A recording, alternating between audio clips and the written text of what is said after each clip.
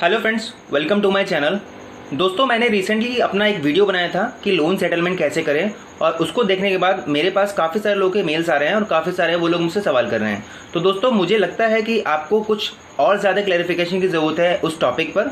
तो आज के वीडियो में मैं वही आपके कुछ सवाल लूँगा जो कि ज़्यादातर लोगों ने मुझसे पूछे हैं। तो दोस्तों, चलिए वन बाय वन स्टार्ट करते हैं। दोस्तों, अगर आप मेरे चैनल पर नए हैं तो प्लीज़ मेरे चैनल को सब्सक्राइब कीजिएगा, मेरी वीडियो को लाइक कीजिएगा। तो दोस्तों, जो मैंने वीडियो बनाया था उसका नाम था लोन सेटलमेंट कैसे करें। तो इसी से रिलेटेड मैं आपको सारे सवाल और जो आपके आंसर देने वाला हूं इस वीडियो में। तो दोस्तों, मैं वन बाय वन स्टार्ट करता हूं। दोस्तों, सबसे पहले हम लोग ये जान लेते हैं कि अगर काफ़ी कस्टमर्स को ये लगता है कि loan settlement is there right, तो दोस्तों ऐसा बिल्कुल नहीं है। अगर आप इस गलतफहमी में है कि सेटलमेंट करवाना आपका अधिकार है और सेटलमेंट आप करवा ही लेंगे, तो ये दोस्तों ज़रूरी नहीं है।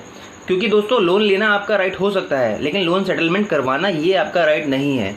क्योंकि दोस्तों, आपको जो पैसा दिया होता है वो भी बैंक ने किसी दूसरे कस्टमर से लेके आपको दिया होता है, वो भी पैसा बैंक के पास किसी दूसरे कस्टमर ने जमा किया होता है। तो आप ये सोचिए कि पहले लोन लेना आपका राइट था, आपने लोन ले लिया और अब आप चाहते हैं कि उसको सेटलमेंट करवा ले, पेमेंट आप नहीं देना चाहते हैं। तो दोस्तों, ये पॉसिबल नहीं हो सकता है, क्योंकि बैंक ने भी किसी और का पैसा आपको दिया है तो बैंक आपसे वो पैसा ज़रूर वसूल करेगा। तो क्योंकि दोस्तों, अगर बैंक ने किसी एक बंदे के सेटलमेंट के लिए रिक्वेस्ट एक्सेप्ट कर लिया है तो उसको देख के दोस्तों अदर बैंक भी सेटलमेंट के लिए अप्लाई कर सकते हैं और फिर वो भी सोचेगा कि मुझे भी सेटलमेंट करवा लेना चाहिए। और दोस्तों, इस तरीके से बैंक के पास सेटलमेंट करवाने वालों की लाइन लग जाएगी। तो दोस्तों, ये भी बैंक के लिए पॉसिबल नहीं होता है। आपका सेटलमेंट लोन किस सिचुएशन में होता है? जब दोस्तों आपका लोन एनपीए कैटेगरी में चला जाता है, रिकवरी एजेंसी वाले भी आपको परेशान कर रहे होते हैं और उनको भी कोई रिजल्ट नहीं मिल रहा होता है। तो उस सिचुएशन में जब बैंक को लगता है कि अब किसी भी हाल में उनका पैसा डूबने वाला है, तब वो लोग आपको गुंजाइश देते हैं लोन सेटलमेंट के लिए। नानुकुर काफ़ी करने के बाद वो राज़ी होते हैं लोन सेटलमेंट के लिए। तो दोस्तों, इस तरह से पूरा प्रोसेस होता है आपका और इस तरीके से जाके बैंक एग्री करता है लोन सेटलमेंट के लिए। अब दोस्तों, हम चलते हैं अगले सवाल पर कि सेटलमेंट कैसे होता है, कैसे करें। तो दोस्तों, इसका कोई फिक्स प्रोसेस नहीं होता है कि सेटलमेंट कैसे करें।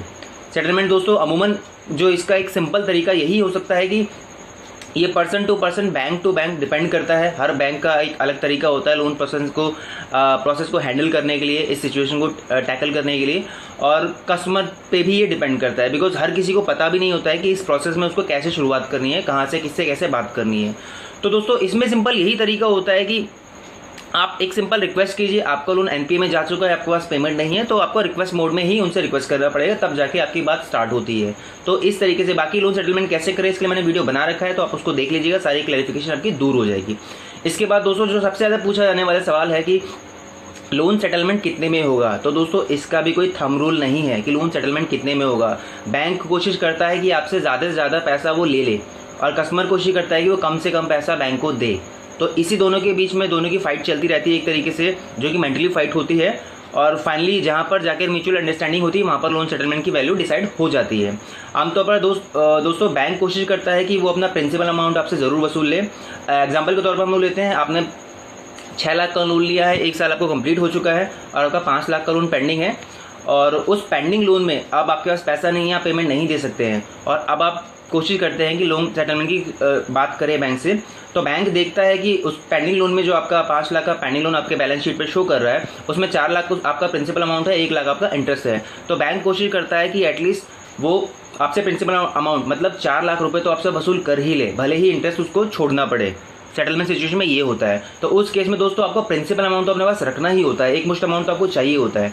तो ये दोस्तों कुछ इस तरीके से डिसाइड होता है। आमतौर पर दोस्तों बैंक जो है 10% से लेकर आपको 30% तक का वैल्यू आपको लमसम छोड़ देता है लोन सेटलमेंट के केस में।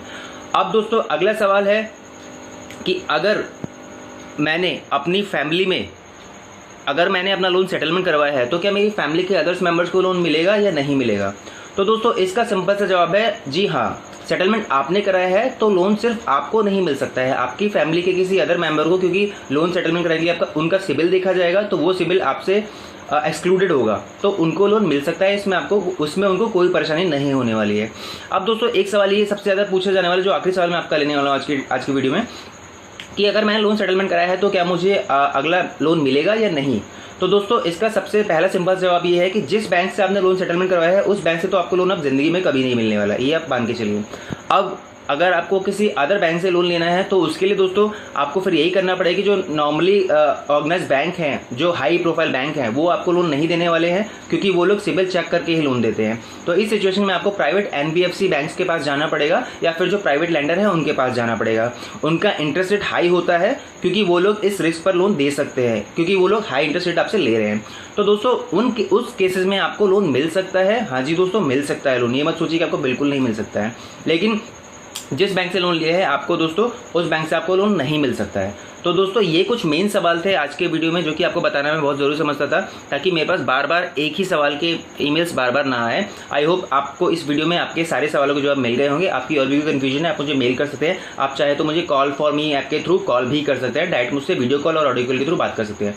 तो दोस्तों उम्मीद करता हूँ आपको मेरा आज का वीडियो पसंद आया होगा। आपको मेरा आज का वीडियो कैसा लगा प्लीज़ मुझे कमेंट करके बताइएगा। मेरे चैनल पर नए हैं प्लीज़ मेरे चैनल को सब्सक्राइब कीजिए, मेरी वीडियो को लाइक कीजिए। आज के लिए बस इतना ही दोस्तों, थैंक यू सो मच।